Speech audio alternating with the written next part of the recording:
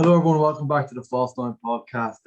Luke, Shirley, and Connor here, as usual, joining me. And we're going to do a Champions League review. And I think this one's going to be definitely interesting. We'll start with the game, the Liverpool game last night. Just in the game itself, we'll talk about that first. I thought we played well. I was suspect at the lineup. I wasn't sure what Klopp was doing, but I think it kind of did work in the first half. Like if Salah scores that chance, like you're calling that like a tactical masterclass. You kind of like you're saying, oh, he's got spot on. So the story of the game was just we just didn't take our chances. I think the Wijnaldum one is that chance just killed me. I just like you have to score that. Salah as well. I think if Salah scores that, the game changes completely. Connor, what were your thoughts on the game overall? Yeah, it was quite frustrating. I mean, the first leg, Madrid were all over us defensively. I thought Trent did well defensively, and he did well going forward as well. And we had so many chances, like you mentioned them already. The Wijnaldum and Salah chances, they're both in the first half. Yeah. Wijnaldum and like Salah, fair enough, but Wijnaldum, like that wasn't even on target. Like he has to be scoring that, but like at least test the keeper with it. We created loads more chances as well into the second half, and it's honest, I think he did get it right. The attack just didn't perform. They didn't convert the chances that they got. But it is frustrating because I mean that game was there for the taking. Like I know we predicted before 2-0, and I think a 2-0 win for us, I think that would have been a fair result, fair reflection on the game as well. Yeah, I think the game was lost in the first leg. We were just kind of poor overall. Charlie, just before we kind of get into like the bigger picture and the main part of this episode, what were your thoughts on Madrid? Do you think they were just kind of professional from them? They got it done, and that's all that matters. I'd say they were average, to be honest. I mean, you could call it a defensive clinic, but like they weren't really tested, if we're being honest. Like, okay, there was a few half chances, and Salah should have buried that chance, but other than that, there wasn't much. I thought Militao was unreal. Obviously, you were linked with them in January, I think, whether it was true or not. Yeah. But he put in a few great blocks, and Nacho as well was great. So Varane might have a job getting back in the team now, but I don't think you didn't really test them enough. I think you have one way of playing, and that's it, to be honest. Like you just spam crosses, and you don't have anyone who can actually head the ball, so it's pretty pointless. I think you definitely need to look at bringing in maybe a taller striker. Like I think you should prioritize Haaland. Yeah. We get Haaland. Yeah. I know you have some thoughts on this, so I'll let you. So, all right. So, well, since we're talking about attacking options, we'll go through it, right? We'll go through the front three has been a big topic over this season, over if it's time to break them up. And if you look back on every front three in modern history, it's only lasted 2-3 years max, and we can't go into our fifth season with them, in my opinion. These are the reasons why, right? This is my logic behind it. Okay, you can say I have agendas, you can say I'm being stupid, that's fine. But I feel this is reasonable logic. So you look at, I'm going to use Pep's Barca team, right? He had a front three in 2009 Champions League final of Henry, Eto'o, Messi, and the 2011 one, it was Villa, Messi, Pedro. I think you're not going to sell the whole front three, you're not going to replace them completely. So you're kind of looking at maybe keeping one of them, right? Or at least, you're looking at probably keeping two of them, but starting one of them going forward next season. In my opinion, that is clearly Mohamed Salah, without a shadow of a doubt. He's the reason we're where we are, right? He's the reason we're even in a top four battle. He's probably the main reason why, arguably, why Klopp's kept his job, because his goals has saved us. The other two have been absolutely fucking embarrassing. I'm going to try to keep the language to a minimum, but they've been embarrassing this season, right? Then you move on to Firmino. I think we do need number 9, 100%. I think I was kind of flip-flopping. Do we play Jota up front going forward, or do we get a new number 9? I'm kind of of the belief now that we do need a new number 9. Are you getting anything for Firmino? No. You're not getting a lot of money. Would you get enough money for him to replace him with depth that is better? I don't think so, because I think he can play 9 or number 10. So you're probably going to keep him on the bench. Then it comes to Sadio Mane, right? Now, I can't slander him. I can't, because it's long COVID. It's long COVID, 100% long COVID. Yeah. He's tired. All the other players aren't tired, but he's tired. It's fine. So I think a lot of excuses from our fan base for Sadio Mane this season, which I do not like, because I think Salah was getting more criticism last night than Mane, who was absolutely embarrassing again. It's like the 10th game in a row. I 1 goal in 11. Firmino has obviously had, like, I think he's 1 goal in 11 as well. But if he was having this season, right, he was getting, people were calling for Firmino's head after 3 months post lockdown. It was like, last they're calling for his head, like he's finished. But no, Mane's tired, and Mane got COVID. Even though Trent and Salah got COVID, and they played well last night and haven't been playing well. But no, he got COVID. So I'm not allowed to speak on him apparently, which is absolutely ridiculous. So I think that's why you should look at selling Sadio Mane. Because, and I know I'm dragging this on, one other thing is the contract situation. I think they both have roughly the same amount of years left. Or maybe Mane has 1 left. Anyway, like, you're only going to offer a big contract to one of them. You can't afford, because if you give 250k a week for Salah, Mane is going to want that, because he believes that he's up there with Salah, which he isn't. But he believes that, which is fair enough. So I think the club is definitely looking at breaking the front 3, and I think they need to cash in on one of them, which would be Mane, in my opinion. Connor, what's your thoughts? Yeah, I mean, it's a tricky one. I think Salah, like, single-handedly, like, he doesn't let you down. Like, he might have a bad spell, a couple of bad games, but he's consistently, like, even last night, I know he missed that chance, but, like, he's still creating chances. He's still, in my opinion, he's up there with the best in the world on the right wing. Like, I can't really name that many that are better than him. Firmino, I mean, as much as I do like Firmino, his goal return has just been poor this season. No, he's washed. No, he is.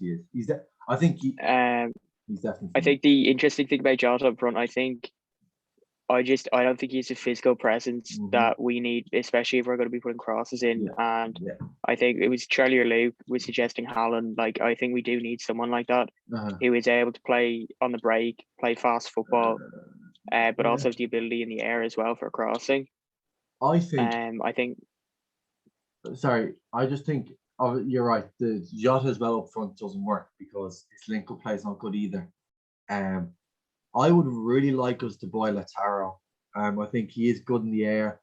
His link-up play good. You see how he links up with Lukaku, how he provides with Lukaku. I think he will be a good Firmino replacement. But yeah, I think. What are your thoughts on, like, the whole Mane thing? Like, look, if we do end up keeping him, I'm not going to, like, cry myself to sleep. Do you know what I mean? But you know what I mean? Like, if we want to move forward as a team, I think Mane's at the stage now where I think he's past his prime. He's past his peak, and I think now would be the ideal chance to actually get a bit of money from him. And if we move him on, whereas I think if he stays, he's just gonna he's not going to be getting any better. I don't think. Now, listen, hopefully he does prove me wrong. And he has a good end to the season, but I don't see it coming. I think if he's still bad by the end of the season, I think he is the first on the list out of that front 3 they would have to go. I mean, I don't think it's sustainable to be keeping, and especially with Jota in the mix, it's kind of 4 of them. Like, one of them has to go this summer, and Mane would be top of that list. I think the point you're saying about Firmino is, like, he would be a good player to have on the bench, like a very good player to have on the bench. Whereas I wouldn't really trust Mane to come off the bench. I think he just throw a strop that he's been put on the bench and wouldn't play well. Yeah, I think, look, before bringing the other two in, I want to know their opinions on that, obviously, as as Liverpool fans. But just quickly, you have to, like, what our fans are failing to do is they're not putting it into context. you have to look at it this way. Klopp has 3 years left in his deal, right? So let's say 20. So you're going to wait till Mane's 31, 32 to sell him, and then replace him with someone who's not good enough because you haven't got enough money. Because you have to remember our sustainable model that FSG insists on, which I don't necessarily agree with, but it has worked to a point. So it's going to be, once you sell Mane, you're going to use that money to replace him. So you want to get as much money as you can now to do that. And you can't come to the end of Klopp's reign and have 33-year-old Mane, 33-year-old Salah, 33-year-old Firmino playing. So whether our fans like it or not, I'd say one of them is going to be at the club until they're 33, 34, which needs to be Mohamed Salah, because he's a serial goal scorer and he will win us games with his goal scoring. Charlie, I want to bring you in on the kind of front three situation. Like, what are your opinions on it? Do you think Liverpool should do you think if we do continue with this front three, is it a season too far? Or do you think maybe, look, let's see how they can do with a fully fit team and rest and all that? I think you're saying you should get rid of Mane, but I think he's only had one bad season, and you're going off front threes can't play together for a long time. Look at Hazard, for example. I think he had a bad season. He didn't score for a whole year, and then he got Player of the Year the next season. So I think. I'm not saying I don't think you should sell Mane, but that doesn't mean I don't think you should buy another forward. Yeah. I think you should. Well, I know you're saying your owners won't do that, but I think you just need to go all out and spend big on a forward, and possibly even keep all three of your current front three along with Jota. Because if you look at City, they have about 5 or 6 arguably world-class attackers. But I think Klopp's loyalty is going to be his downfall. Because if you look at Pep, he's slightly past it. He's still probably, he's not world-class anymore, I wouldn't say, but he's definitely one of the best strikers in the league. He doesn't get used. And I think Klopp's loyalty to players like James Milner and like who else? Firmino, even, like, come on, Firmino. He's past it. He's not good enough anymore. You watch him play. Like, at one stage he got the ball and Trent was bombing down the right hand side, free as a bird, really, and he just passed it straight to Ferland Mendy. It was just, and his finishing. I mean, it's 2 years now. It's been absolutely horrendous. I think he either needs to become a number 10 or he needs to get down to the bench, because he was appalling yesterday, if we're being honest. Worse than Mane, I would say. Right, I do understand that. I think he is washed, right? But, like, if you look at Sadio Mane, like, right, this season, okay, every game's getting worse, is what I'm saying. And I think, obviously, of course, he could bounce back, like Hazard did. And players have bad seasons, you go again. But what happens if he has an okay season next year? And then it rolls around where we're going to have to sell him, and we're not getting enough for him, and then we replace him with someone who's shite. Do you know what I mean? Like, ideally, we would want to keep all of them and then buy a striker. That's what I would like to do. But you can't. If we shift all the deadwood, we could buy a striker then, a top quality striker, and we'll have nowhere for the aspects of the field. So, Luke, on the thing, I want to bring you in on the midfield thing. The fact that Milner's starting. There's a discussion kind of amongst Liverpool fans on Twitter over the last 24 hours is the fact that Thiago was signed for no reason, because the way Klopp sets out his midfield as kind of like a workhorse midfield. So, like, do you think that do you think that, like, Thiago, there was a point in Liverpool signing the likes of Thiago and even Keita?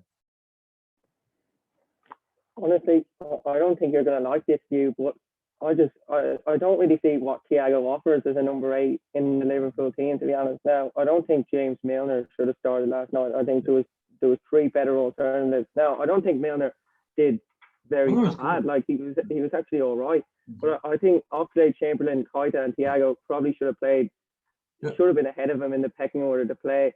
I was surprised Milner played because I think he played on the weekend as well. So I thought that would have meant another midfielder. But considering Milner's like 35 now. Yeah. But I'm just gonna go in depth a bit on the Thiago situation. For me, I think Thiago, he's a world-class number 6 who gets the ball from the centre backs and sprays it around and controls the game. But for me, I don't think he's anything more than that. I don't think he's a number 8 that can play box to box. I don't think he has the legs for that. And I don't think he can unlock defenses. I think that's pretty clear considering he has 0 goals and 0 assists this season. So for me, I think you should have Fabinho and Thiago as 2 defensive midfielders sitting in front of the defence, but that would involve Klopp changing the formation. But you could easily work in Firmino at the number 10 role and then play Jota, Firmino, or Jota, Salah and Mane ahead of him, which would work better in my opinion than what you're currently playing with now, which lacks a lot of creativity. I just don't really see what Thiago offers the team as a number 8, if I'm being honest. I do see that. I can't say no. Like, I can't say that's wrong, but I think Klopp brought him in for a reason, right? I don't like our fans kind of like making Klopp out to be some stupid idiot who's just brought in Thiago because it was available. He brought in Thiago because he had the view of evolving, and you saw that in Everton away, that game when Fabinho, Henderson, Thiago played together. We played some unbelievable football. Thiago was superb. He won man of the match that game. He was really good. So I do think you are right in a sense, but I don't think he can't play number 8. I think in the right system, he'd be able to play number 8. And then, but I think it still ties them together. Like, we still should be able to play 4-2-3-1 anyway. And we should be able to be a bit more kind of fluid and like adapt. That's why we need to buy maybe a number 10.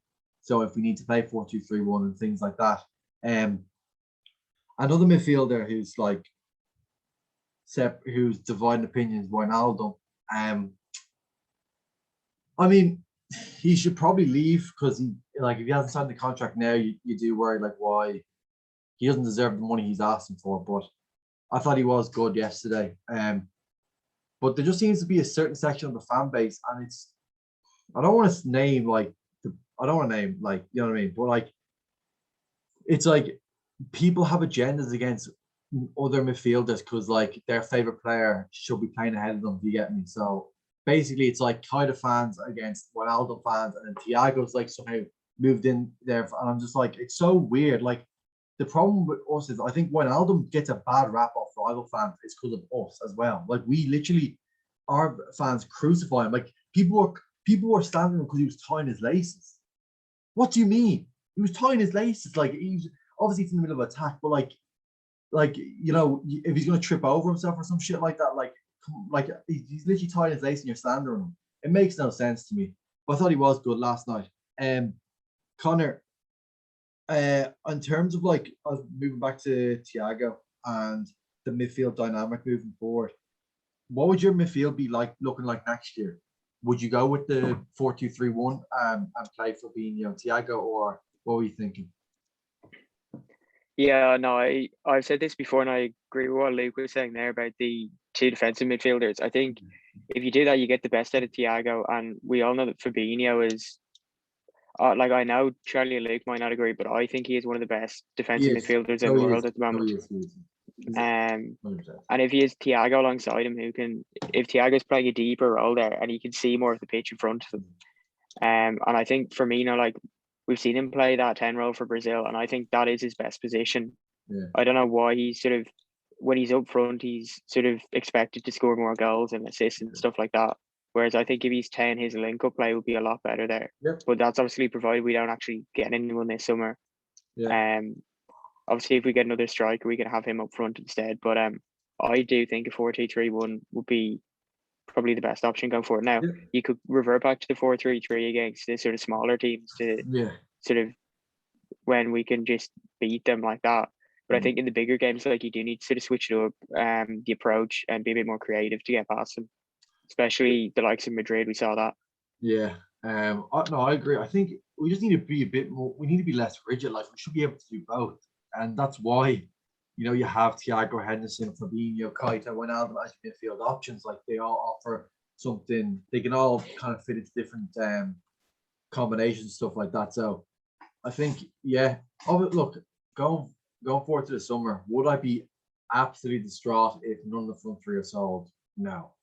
Would I be worried? Yes, because unless FSG change up their model.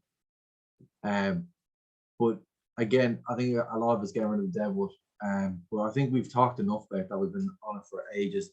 So we'll move over to Manchester City v Borussia Dortmund, which was last night again. I think Dortmund could feel a little bit aggrieved. Obviously, they were robbed of a goal in the first leg, but Charlie, I think City just kind of showed their class in the end. Yeah, I didn't watch it because I was obviously watching the Liverpool match. But I mean, City have got lucky, to be honest. Some of the refereeing decisions they're really poor for this level. I mean, Bellingham's goal should have stood at the Etihad, and that penalty, it states clearly in the rules of the game that shouldn't be a penalty when the ball comes off your head and then strikes your hand. Yeah. So I think Dortmund will definitely feel aggrieved. Mm-hmm. Going into more depth on Dortmund, Haaland, I don't think he's scored in 7 games now. Sancho hasn't played in any of them. So, like, I'm not saying he's a fraud. I'm definitely not saying that. But, like, I'm saying he needs creativity to thrive. And I think some of our fans are even saying, and a load of different teams fans are saying, let's get Haaland in, he'll solve all our goal scoring problems. And I think there's more to it than that. You have to create chances for your number 9, and he didn't get any chances. I think I saw a stat, he had an XG of 0.03, so that tells you nothing got created from. You need service, and I'm just going to bring it back to United. I think we have 2 forwards in Greenwood and Martial that are, I would have said they're clinical before this season, but this season their finishing has been wayward at times. But that show they're very clinical once they get chances, and I think signing Haaland wouldn't do anything for us. I think we wouldn't create any chances. So I think Sancho is the real star of Dortmund, and I think we should be going all out to get him, because the chances he creates, his goals and assist returns are good. But looking past his goals and assists, he's just an extremely good footballer who he picks the right passes. He retains the ball. He's good at dribbling. So I think if I had to pick a number 1 target for United, it would still be Jadon Sancho.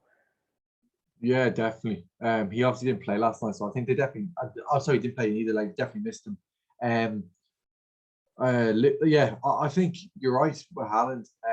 He got no service. Like, you could even watch like highlights and stuff like that. Any chance that got to him was either it'd be kind of half chance and stuff like that. It wasn't enough. And I think if they managed to get him more chances, they would have definitely stood a better chance. But Luke, on Manchester City, they're finally over the quarterfinal hoodoo that they did after spending, I don't know how much money now, but it's a lot of money. They finally got past the quarterfinal of the Champions League after 5 years, by the way.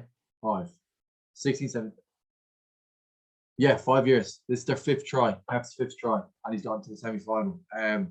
Reiterate, 5th try. He's got to the semi-final. Is there something, do you think there might be something different about them this year in terms of the Champions League? We've obviously questioned them and see if they could get out, if they wouldn't bottle it. But do you feel like they've matured to a point where like this, they actually look like potential winners? Yeah, I think now they're probably favourites for the competition. Yeah. I mean, I think if you look at it, City go 1-0 down last night, you're thinking, happen again, they're bottlers. They're going out. And then for the first time in years, they've shown something and they've gone, right, we're not losing again. This can't happen. And they've gone and actually won the game. So that represents big progress for them. And I think now they're definitely one of the favourites for the competition. And they should be looking at completing the quadruple, which is pretty poor thought if you're a Liverpool or United fan. Liverpool, why are you including us? We don't care. I don't care. It's United. They're your city rivals. I do not care. I do not care. That's your city rivals, and you've let them win a quadruple. That's all on Ollie. But that's not. We can't really talk about United when we're talking about the Champions League. It's a bit. it's a bit kind of moving away from the conversation. Do you know what I mean? So, Connor, just again, just quickly, quickly on Manchester City, like, would you be fully expecting them now going forward? We'll actually give our predictions before we finish, but would you fully expect Pep and City to go on and win it now? Like, do you think it's like they kind of have to now? Do you think it's their best chance? I think whoever wins, if it's Man City or PSG, one of them are going to win it. I agree. I mean, I think Real do have a chance. First of all, Chelsea, no. Like, that is embarrassing that they're even in the competition at this stage, to be honest with you. City, I really hope PSG beat City because I really like the way PSG play. Yeah. And then, but City, like, there's something different. Phil Foden's playing really well. In fairness, they didn't bottle yesterday, as we just said there, like when they went 1-0 down. Yeah. I would see, if I was to put money on it now, I'd say City, but I really do want PSG to win. Yeah, definitely. Just on then moving on to PSG and Bayern. Well, the night before. Firstly, just Chelsea and Porto. Oh, who really cares? No one was watching the game. No one cares about it. They're through. They actually got outplayed in both legs, but no one knows that because no one actually watched the games. So but for Chelsea, like with Tuchel, like if we're being serious, he does have experience at this stage. Obviously, last year, like Charlie, can you see them beating Real Madrid? I think the winner of that tie is going to win the competition, in my opinion. I know PSG and City are the better team, but I can just see an upset because PSG, they obviously bottled it in the final last year and they've beaten Bayern now, so I suppose they got over that. City, I can see them slipping up. They have a history of just, you think they're going to win everything and then they just fold at the last minute and end up only winning one or two things instead of 3 and 4. So I think Chelsea are a real dark horse here. Like Tuchel, he knows what he's doing, and he's getting the best out of nearly every single Chelsea player, apart from Werner, which I said last podcast. But you know, I'm going to continue to slander. The only thing I'd worry about is still, I don't think their centre halves are good enough if they were to get to the final to deal with Mbappe and Neymar. So I think Silva and Rudiger would definitely have to be on top of their game, but I think they do have a chance. I wouldn't discount them, and I think Real Madrid, I mean, they outclassed you, to be honest. They're just a classy side. So, and they have experience at this level as well. So I wouldn't write them out either. Yeah. I mean, I think you've kind of hit. I don't think there's much to add on Chelsea. They haven't necessarily been properly tested yet. We'll have to wait and see. They got through in the end, did the job they needed to do, and that's all Tuchel and City, Chelsea care about. They obviously have Thiago Silva, who will help them in terms of like someone have experience head there. But just before we get predictions, PSG Bayern game, I think for me, right, and I'm looking at one individual, a certain Brazilian, Neymar, and I think he is the reason why PSG are going to win the Champions League. He obviously didn't get the goal he wanted. Yeah, I thought he was unplayable at times over both legs. It's like you're not talking about mugs here. You're talking about Kimmich and Champions League winners and history makers last year. And he was toying with them at times. He was unlucky not to get a goal. I thought he was absolutely superb. And I think if they can get Verratti fully fit again, him alongside Paredes, like that is a solid base. I thought Paredes was superb as well. Charlie, on PSG, do you think on the Poch now, do you think now this is it? Like, I think it might, they kind of are similar to City in that way where it's like the main aim is to obviously win the Champions League. Do you think like they're the same with City, like this is the year they can do it? Do you think they're finally ready to win the trophy they've been trying to win for a decade nearly? Well, I think they are kind of over reliant on Neymar and Mbappe. Like if you look at the rest of their team, there's serious weaknesses there. Diallo's not a left back. If Marquinhos isn't back, Danilo, he's not a centre back. He's a defensive midfielder. Their right back, Dagba, he played well. Can he consistently play at that level? I'm not sure. To be fair, Gay and Paredes were unreal over the course of both ties. I think the work they got through was sensational. And Di Maria, I would say he was the second best player on the pitch behind Neymar. He was just, it was like, you know, when you go to a five-a-side with your mates and you just start taking the piss with skill moves, but they actually work. That's what those two were doing. It was ridiculous at times. But I think that there is weaknesses in the PSG squad, and because I think they need to be addressed in the summer. But as for now, they definitely have a chance. But I don't think they'll be able to go all the way with the weaknesses at the back, to be honest. I think if Mbappe and Neymar turn up, I think that could turn the tide, in my opinion, towards their favour against City. Like, I think Diaz and Stones have been very good, but I wouldn't fancy Diaz up against, or Stones up against Mbappe with just the pace. And City do kind of play a high enough line as well, which Bayern got destroyed by. So it'd be definitely interesting to see. Like, that's such an intriguing tie. But Luke, on the team that went out in the end, Bayern, like, I don't think Bayern can lead, like, I don't think they can be ashamed of their performance. They've had injuries. They're missing their talisman up front. Like, I think they did enough to win the tie. It's just the ball wouldn't go in the net for them. I think they definitely did enough in the first leg. They should have had. I think if Lewandowski was there in the first leg, I think he would have had. I'm not joking here. I think he would have had at least a hat trick in that game. Yeah. They created so many chances. But the second game, it was quite a poor performance from them. I think. I know they won the game, but there seemed to be just a lack of intensity. They didn't really. There was no urgency. It didn't look like they needed to score a goal. I think Sané and Coman were really poor, and I just think it highlights the way that this Bayern team lacks goals if Lewandowski's on the team. I think Coman and Sané, I don't think they have over 10 goals this season, so they need to start adding more goals to their game, because at the moment they're too reliant on Lewandowski, and that's why they went out. Yeah.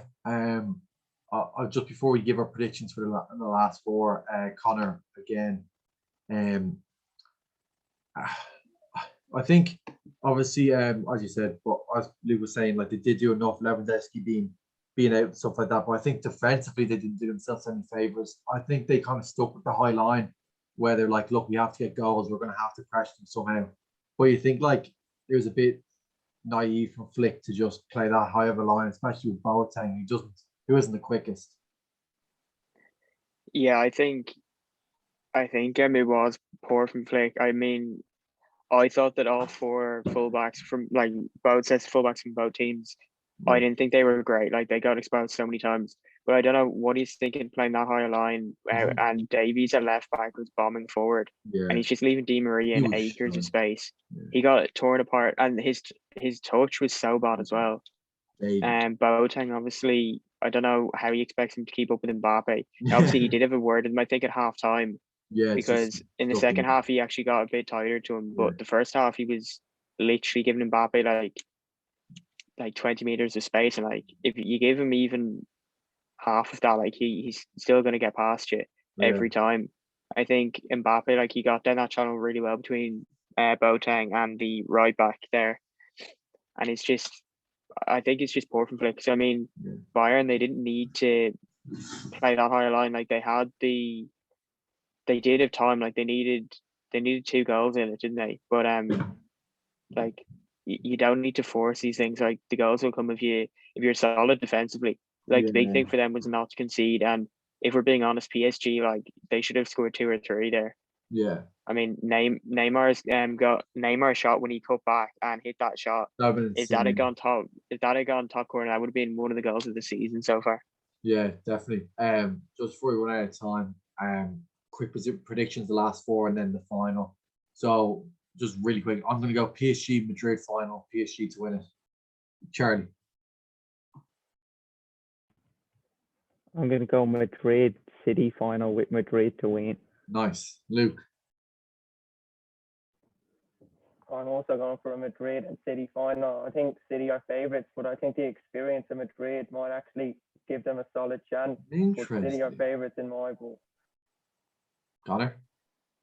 Yeah, no, I want to back PSG to beat City, and then I'm going to back Real to win as well. I'll go for PSG to win because Real have won it so much recently. Yeah. There's no way a team Manchester United win the Champions League. Surely not. Like we should have beaten them comfortably twice. I'm not having it. I can't predict them to win when we beat them. Beat City as well, though. Yeah, you beat City. I'm Nice. telling But you, anyway, next year the Champions League is ours. Yeah. Including their gargantuan. Yeah. But yeah, I think we're just running out of time now. So thanks very much for watching. We'll get a few clips out on Twitter, a few of the juicy stuff. Anyway. And yeah, lads, thanks for joining me again. It's going to be definitely an interesting, they're two very interesting ties, especially PSG City. So one to look forward to anyway. But again, just subscribe, like. We got to 150 subscribers, so get us to 200 ASAP. But yeah, thanks to me for watching, and see you again.